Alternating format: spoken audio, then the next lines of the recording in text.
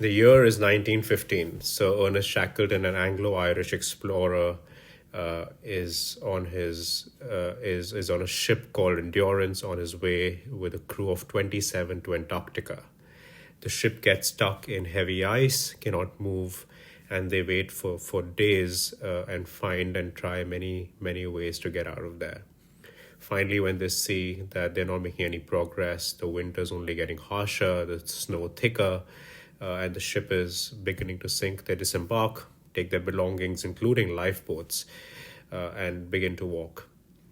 They manage to walk 7 miles in 7 days, reach an island. The ice breaks after a while, reach an island, at which point it's about 500 days since they've seen dry land. A lot of the crew hasn't slept in 80 hours. The long story short, they, after a long while, managed to get help. All 27 are saved. None of the human crew is has succumbed, uh, and they managed to get back to safety. It is said that by one of the crew members. Two things rather were said. By one, by the captain, was that Sir Ernest Shackleton, through all of this, did not rage at all or show outwardly the slightest sign of disappointment. He told us simply and calmly that we must winter in the pack, explaining us the dangers and possibilities, but never losing his optimism, and prepared for the winter. His second in command said that at least half the party that was with him were insane. This is a crew of 27, about 69 dogs. He had failed twice. This was his third attempt. He'd failed twice before trying to reach Antarctica. He took a fourth attempt around 1921, 1922, when he retook the trip to Antarctica in his attempt to reach there, and most of his crew joined him. It's a fascinating story. Reminds me of many entrepreneurs today, but most recently of Tim Westgren from Savage Beast and Pandora, when he struggled, made about 350 pitches to VCs, we didn't pay employees in a very long time. He yet spoke with passion and enthusiasm when he spoke to his team, and he said that when Pandora and Savage Beast finally finds its home, it is going to change culture. And how many times in life do you have a chance to do that? And if you see these two examples from 1915 with Ernest Shackleton and with Westgren, they essentially commit people to a cause much higher than themselves, fraught with risk, but making the ecosystem in which they operate believe that the rewards are entirely worth the risk. I started with that story to talk about entrepreneurs at the center of wildly successful and wildly failed startups who employ storytelling, human emotion, and neuroscience to lead to lead their ventures to such outcomes. Steve Jobs had once famously said that the most powerful person in the world is a storyteller. And the storyteller basically sets the visions, values, and agenda of an entire generation that is to come. A fun fact is that Jobs apparently wasn't a natural storyteller. It was a skill that he cultivated famously in the 80s when the Lisa computer by Apple came out.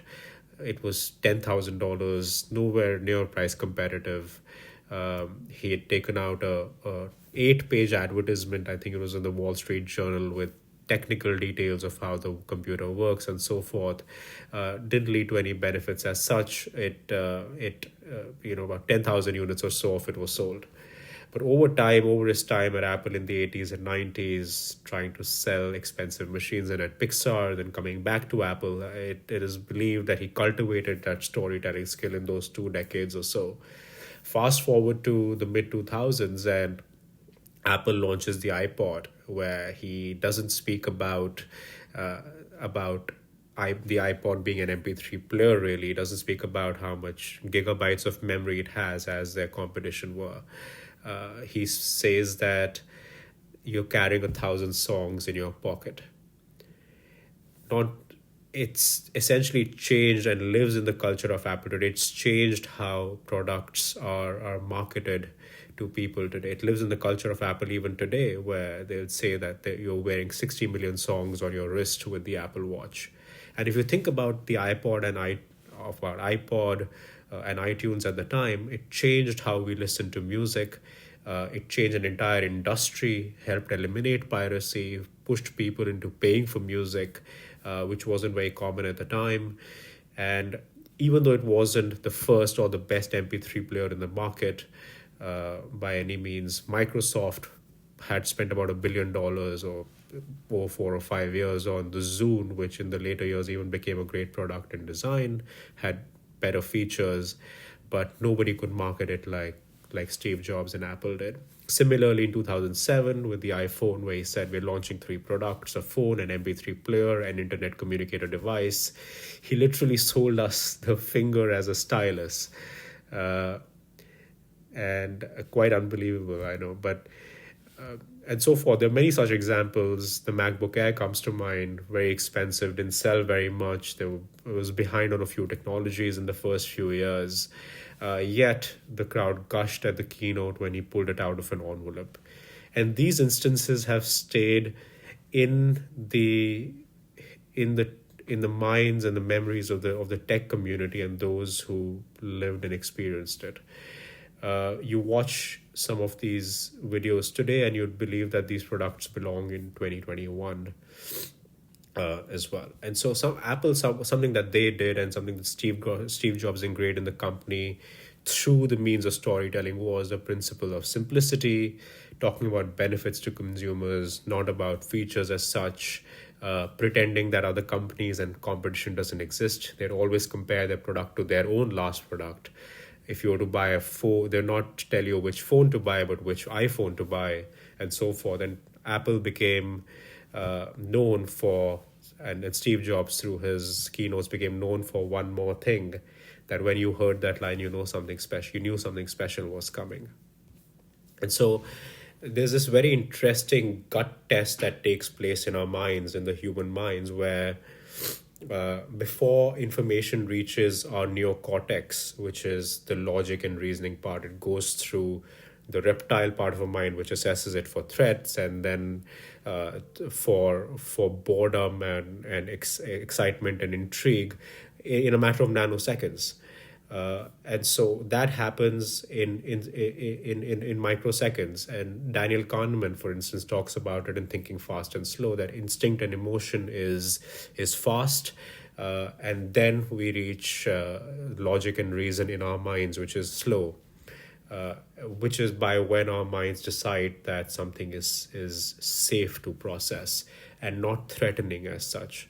It could be exciting, it could be risky, but it's not threatening really.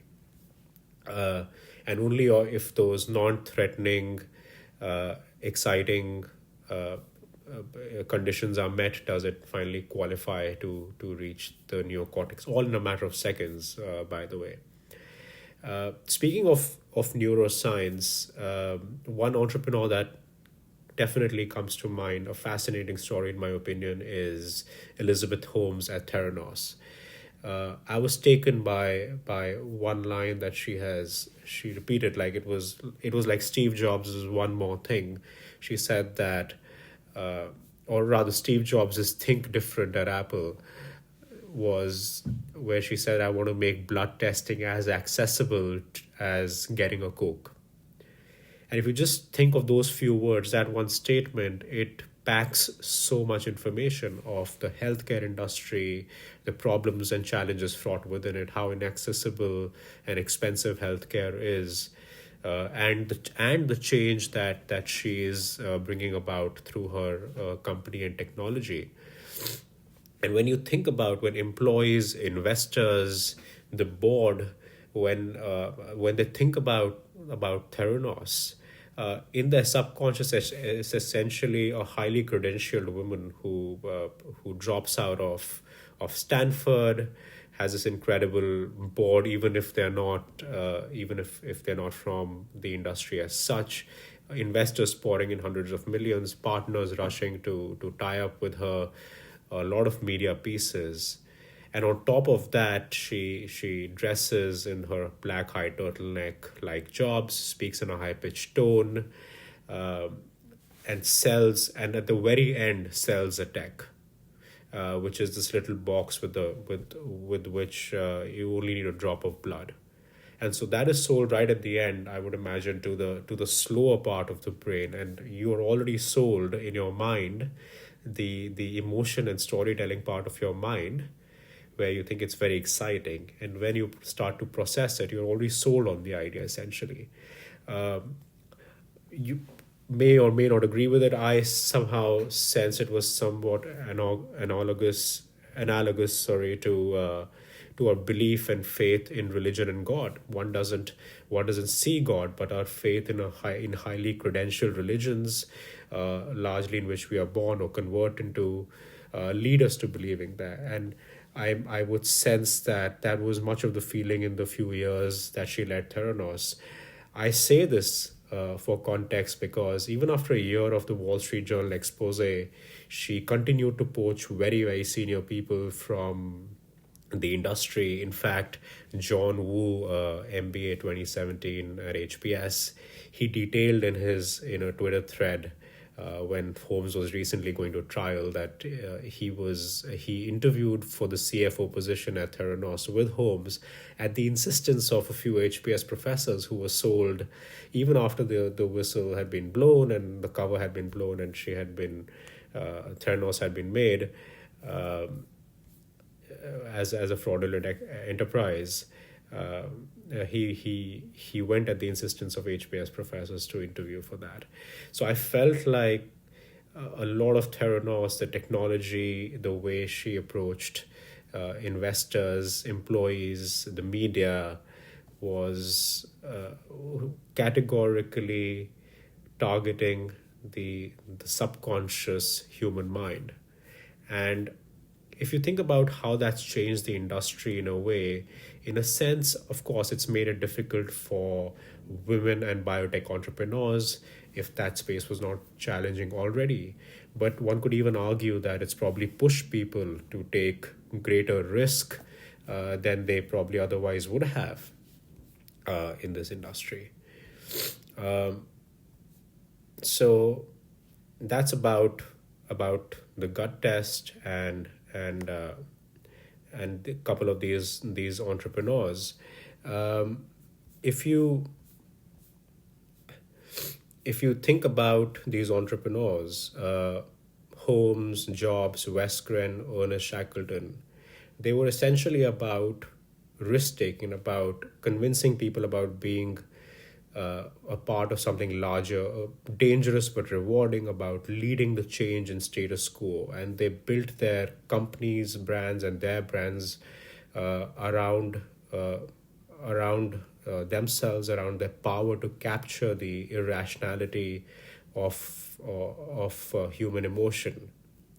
Now, speaking of irrationality, one of my favorite entrepreneurs, Elon Musk, it's probably easy to count on a single hand the somewhat rational decisions he's taken. The most recent is, of course, with the Hertz deal, where Hertz said they're buying at full price, I think 100 or so Teslas, or maybe 1,000 it was. And then he goes and says that deal hasn't come through, leading his stock to fall. No rational businessman would do that, whether regardless of what the behind the scenes truth is. And his loyalists have fully and wholly invested in his endeavors. You don't just see a social media following, you see an engaged audience.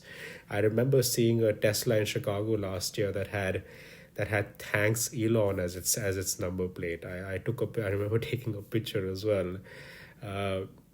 So he's put himself in that sort of in that rare air of people who can move the market significantly, who can move crypto prices and coins significantly with just a few words over a tweet. And that doesn't just happen, in my opinion, overnight. It's obviously years and years of selling his brand and what he really stands for. So if you look at the industry as such, he's begun a space race with Bezos and Richard Branson today, with some countries, in fact. Bezos famously saying that we want to move the heavy polluting industry out into space, basis what Musk said that we need humans to settle on Mars. The gas powered car isn't going anywhere anytime soon, yet the automobile companies have started competing very vigorously now, it seems, with Tesla.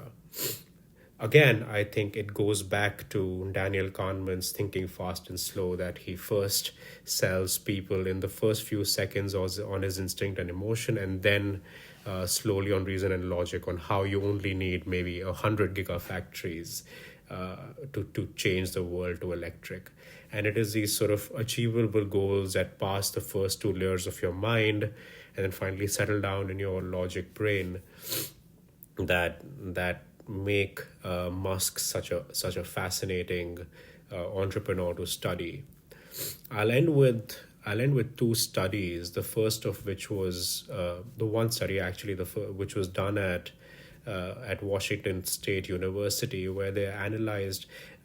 By the way, before I come to that, this is essentially about human emotion. It may not really apply to these entrepreneurs directly, but it's about expressing human emotion and vulnerability, essentially, where Washington University studied about 500 pitch videos on Kickstarter, and they saw that those who varied their emotional expressions had more success in meeting their goals and raising monies and the number of contributors.